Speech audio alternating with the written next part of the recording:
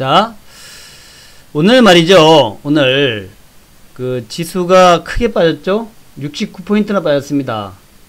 69포인트나 빠졌는데 통신주들은 이상하게 강했어요. 이 통신주 왜 강했나? 왜 통신주들은 물론 뭐 통신주도 고점 대비해서 많이 밀리긴 했지만 통신주가 상대적으로 강했던 이유 뭐 수급도 있고 재료도 있겠죠. 주가라고 하는 게 그래요. 올라갈 때 보면은 항상 뭔가 이유가 있습니다. 이유 없이 올라가는 적은 없어요. 그래서 그냥 뭐 기술적으로 좋다, 기술적으로 좋다라는 얘기는 어쨌든 간에 기술적으로 좋아가지고 누군가 사니까 올라온 것이지 그냥 괜히 올라간 것은 아니죠. 결국에는 매도자보다 매수자가 위에 있었기 때문에, 또 매수자가 위에 있었다는 얘기는 이 기관이나 외국인이나 개인이나 누군가가 그 종목을 매수한다는 얘기는 뭔가 재료가 있다. 재료가 있다. 이 재료를 바탕으로 해가지고 주가가 올라가는 거예요. 주가 매수자가 들어오고 그 매수자가 강하게 매수하니까 주가가 올라가는 거죠. 그래서 우리가 말이죠. 이유 없는 무덤은 없다. 그런 얘기 있습니다. 이유 없는 무덤은 없다. 마찬가지로 항상 뭔가 주가가 좀 올라오면은 그 이유가 뭘까? 이런 것들을 탐색하고 비교하고 분석하고 또 그 다음에 이제 실행 한번 해보고 하는 과정에서 우리의 실력이 올라간다. 이유 없이 주가 올라가는 경우는 없습니다. 어떤 분들은 그냥 차트만 쭉 보는 경우도 있는데 그 차트를 보다가 그 차트에서 굉장히 좀 아주 기분 좋은 차트가 나오면 그 차트를 보면서 이런 생각 하셔야 돼요. 무슨 이유가 있겠지? 하고 그 이유를 탐색해가지고 이유를 갖다 알아내야 됩니다. 그래야만 우리가 이제 매매를 할 수 있는 거예요. 반드시 여러분들 주식을 매매하면서 이유를 알아야 된다. 그것이 왜 올라가는가, 왜 내려가는가, 이 이유를 갖다가 탐색하고 연구, 분석하는 과정에서 여러분의 실력이 좋아진다는 거예요. 기술적 흐름이 뭐 좋다라는 것은, 그쵸, 뭐 기술적 흐름 좋다 그래가지고, 물론 이제 여러 사람이 보기에, 저런 어떤 기술적 흐름에서는, 매수자들이 많이 들어오더라, 이런 거 있어요. 그래서 그런 것들을 뭐 타깃을 해서 매수할 수 있는데, 그렇다 하더라도, 뭐 특별한 이유, 정말 펀더멘탈적으로, 재료적으로 무슨 좋은 이유가 없으면은 주가 잘 올라가지 않는다. 이제 그런 관점에서 오늘 말이죠. 오늘 통신주가 올라간 이유는 딱 저겁니다. 뭐죠? 자, 정부예요. 오늘 당국에서 홍남기 경제부총리가 13차 코로나19 대응 경제장관 회의를 열었는데 거기에서 올 상반기에 5G 관련돼서 투자를 갖다가 원래 2조 7천억이었는데 4조 원까지 늘리겠다. 4조 원. 1조 3천억 정도 늘리겠다는 얘기죠. 이렇게 이런 어떤 정부 정책이 굉장히 중요합니다. 민감합니다. 이런 발표가 있고 난 다음에 그것을 바탕으로 해서 기관들이 매수를 많이 들어왔어요. 이게 이제 장비라고 하는 거 있잖아요. 반도체 장비나 디스플레이 장비나 뭐 통신 장비나 또 요즘은 전기차 장비도 있죠. 그러니까 2차전지 장비. 이런 장비주들은 투자와 밀접한 관련이 있습니다. 투자의 시기에는 굉장히 매출이 늘어나고 또 매출이 늘어나게 되면 수익성이 아주 좋아요. 그러면서 주가가 2배, 3배, 4배로 올라갑니다. 투자의 시대가 끝나고 나면 매출이 전년 대비해서 2분의 1, 3분의 1, 심지어는 4분의 1, 10분의 1 토막 나는 경우도 있어요. 그러면서 주가가 또 2분의 1, 3분의 1, 4분의 1로 또 폭락하는 경우가 있습니다. 그래서 우리가 물론 장비도 기술이죠. 장비도 기술입니다. 중요한 기술력이 있어야 되겠죠. 하지만 대개는 말이죠. 대개는 그냥 이게 큰 기술력 격차가 없습니다. 어떤 이제 투자의 시기에 그동안에 쭉 있었던 업력, 그러니까 뭐 투자를 하는 주체와의 관계, 그리고 그동안의 경력, 이런 게 있으면은 투자의 시기에 굉장히 혜택을 봅니다. 또 이제 그 분야에서 상당히 남들이 못하는 분야에서의 진입 장벽이 있는 그런 제품을 만드는 것도 중요하겠죠.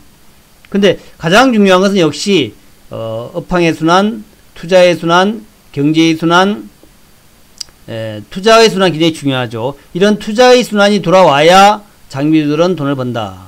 오늘 통신 장비주들이 올라온 것은 딱 하나입니다. 경제장관에 의해서 투자를 늘린다. 2조 7천억인데 상반기에 4조 원으로 투자를 늘리겠다. 요 얘기 나오면서 주가가 쭉 올라왔고 또 기관들이 쭉 매수를 해줬습니다.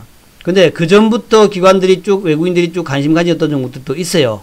그래서 오늘은 제가 쭉 종목들 몇 개만 간략하게 보도록 하겠습니다. 일단 대표 종목. 지금 이제 시가 총액 기준으로 볼 때에 KMW가 2조 1821억이에요. 그 다음에 RFHIC가 9300억이야. 크죠? 큽니다. 그 다음에 서진시스템이 4800억. 주가 많이 내려왔죠? 이노와이어리스가 2400억. 그 다음에 다산네트웍스가 1900억, 약 2000억 가까이 되죠? 그 다음에 솔리드가 2700억. 오이솔루션, 이거 한참 좋았는데 말이죠? 약 4000억, 3900억 정도 돼요. 요런 종목들이 이제 대표 종목들이고, 그 외에 조그만 종목으로 머큐리 1000억이죠? 그 다음에 FR텍, 이거 뭐 400억 밖에 안 됩니다. 이런 종목도 조심하셔야 돼요. 주가 등락은 좋은데. 에이스테크 2800억. 대한강통신, 요거는 이제, 통신9, 광통신9, 뭐 이런 거죠. 그러니까 전선. 우리가 옛날에는 이제 전선이었지만 지금은 뭐 그 전선이 굉장히 가는 강통신으로 가잖아요. 그래서 그런 것들 뭐 만드는 기업이죠. 그러니까 이제 물론 그것도 이제 하나의 기술입니다. 그렇게 돼 있고, 자, 그래서 이제 그런 관점에서 쭉 보시게 되면은 일단 종목들 어떤 게 좋은가를 제가 같이 쭉 한번 보자고요. 자, KMW 대표 종목입니다. 우리나라 장비에서 가장 대표 종목이고, 제가 이거 몇 번씩 설명을 드렸기 때문에 KMW는 아마 여러분들 인천역 유튜브에 따로 찾아보면은, 유튜브에 가서 KEMW 치면은 제가 KMW를 자세히 분석해 놓은 게 나와요. 한번 찾아보시고, KMW 관심 있는 분들은 좀 자세한 내용들을 좀 익히시기 바란다. 오늘은 뭐 종목별 자세한 내용보다는 전체 테마 관점에서 이런 종목에 대한 접근이 좋겠다라는 정도로만 접근하겠습니다. 자, 오늘 KMW 잘 올라가다가 2시 정도에 그 매도 나오면서 쭉 나머지 마이너스 갔지만 그래도 통신주는 마이너스 안 갔죠. 통신 장비주. 자, 이제 통신 장비주 위에서 KMW 위에서 쭉 매물 나왔지만 수급 보니까 뭐 나쁘진 않아요. 오늘 외국인들이 32만 주 샀습니다. 기관은 4만 주 사고, 이 외국인들이 사고 기관이 산다고 해서 꼭 우리한테 많은 수익을 주는 건 아니에요. 주가의 수준도 있고, 또 외국인 기관들이 뭐 한없이 살 수 있는 것도 아니니까. 자, 그렇지만 일단 외국인 기관들이 사는 종목이니까 KMW가 통신 장비 중에서는 가장 괜찮은 종목이다. 대표성이 있는 종목이다. 이렇게 보시면 됩니다. 대표성이 있는 기업이다. 여러분들 수익을 꼭 많이 준다는 얘기가 아니라 대표성이 있는 기업이다. 이런 정도만 생각하세요.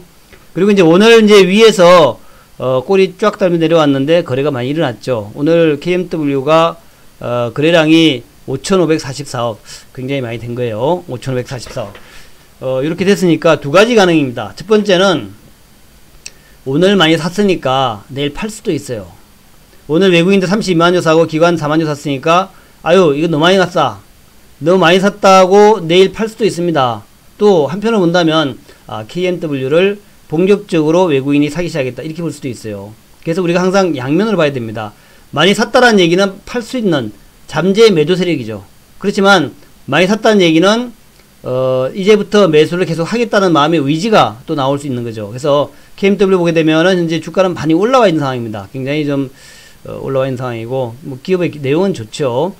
근데 이제 오늘 내용을 보게 되면 이렇게 돼 있어요. 이렇게 돼 있고 이렇게 돼 있죠. 자, 직전에 고점 2개, 작은 산 2개 위에까지 갔다가 6만원까지 갔다가 고매물이 쫙 나왔다, 이렇게 보시면 됩니다. 고매물이 쫙 나왔다. 요 매물이 나왔다. 물론 이제 시장이 내려오면서 하락한 것이지만, 그러나 하여튼 요 매물이 나왔다라고 보시면 되겠고, 그러면 우리가 여기에서 중요합니다. 중요해요.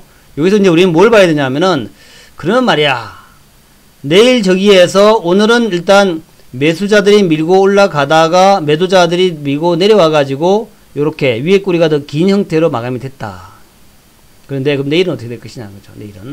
내일 매수자들 밀고 들어오면은 올라가는 것이고, 매수자들이 주춤하고 매도자들이 강해지면 하락하는 거예요. 그래서 내일은 말이죠, 요 KMW는 55,000원대 위로 계속 가야 됩니다. 만약 55,000원대 위로 안 가면 매도해요. 사지 마시오. 이거 사면 안 됩니다.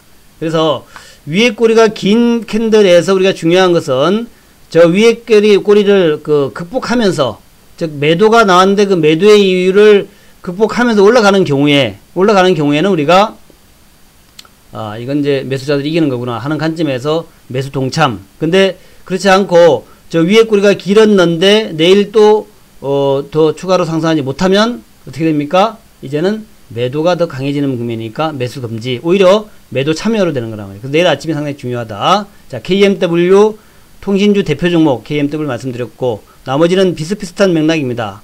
그 다음에 이제 RFHIC, 요것도 아주 좋은 기업이죠.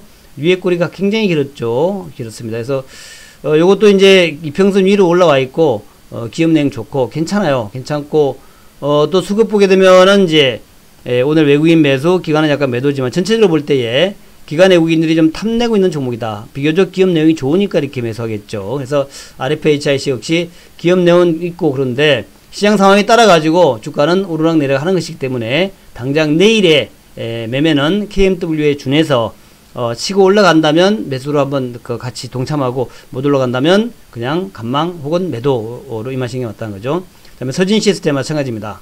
자, 서진시스템 역시 이제 201선, 241선 위로 겨우 올라왔는데, 올라오다가 매물 받았어요. 조금 KMW나 RFH보다는 조금 떨어지죠. 차트가 조금 떨어집니다.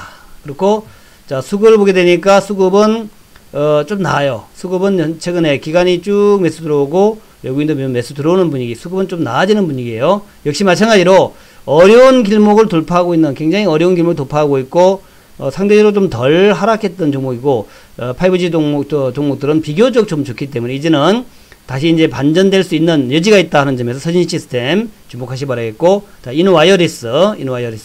자, 요것도 보면은 정별 상태에서 주가가 이렇게 내려왔지만 크게 내려오지 않았고, 오늘 위에서 긴 꼬리 달았으니까 마찬가지로, 자, 내일 위에 꼬리를 먹어 들어가는 그런 이제 모습을 갈 것인가, 아니면 상승에 실패할 것인가 중요합니다. 그래서 그 맥락에서 대응하시면 되겠다. 자, 오늘 기관과 외국인들, 특히 기관들이 오늘 매수 상위 종목에서 통신주들이 몇 개 보여요. 근데 여러분들 너무 기관 매수 이런 거에 현혹되지 마시고, 기관이 꼭 매수했다 그래가지고 내일 또 좋은 거 이런 거 아니란 얘기예요. 그래서 오늘 기관의 순매수 종목 중에서 KMW 23억 매수했고, 그다음에 뭐 서진시스템 11억 매수했고, 또 다산네트워크스 9억 매수했고, 뭐 참고 잘합니다. 내일은 또 다른 걸 매수할 수 있으니까 우리가 기관의 마음을 어떻게 알아? 기관이 매수했다, 외국인이 매수했다 꼭 좋은 거 아닙니다. 기관과 외국인이 많이 매수했는데 아까처럼 KMW 오늘 많이 매수했으니까 내일 잠재 매도 물량 돼서 오히려 매도가 나올 수 있다는 거예요. 장이 안 좋으면 오늘 샀던 거 뒤집어 엎을 수도 있다는 겁니다. 그래서 그렇게 외국인 기관들이 많이 샀다 그래서 무분별하게 추격하는 것은 별로 좋지 않다. 그런 관점을 보시고, 그 외에 다산 네트워크스도 원래 전통 있는 통신 장비 기업이죠. 근데 차트 모양이 좀 밑에 가 있습니다. 밑에 가 있기 때문에 좀 부담이 있어요. 아직까지 올라가려면 좀 고생할 것 같다 생각이 들고, 그다음에 솔리드 역시 마찬가지죠. 장기 라인 밑에 있기 때문에 아직까지는 조금 관찰만한 걸로.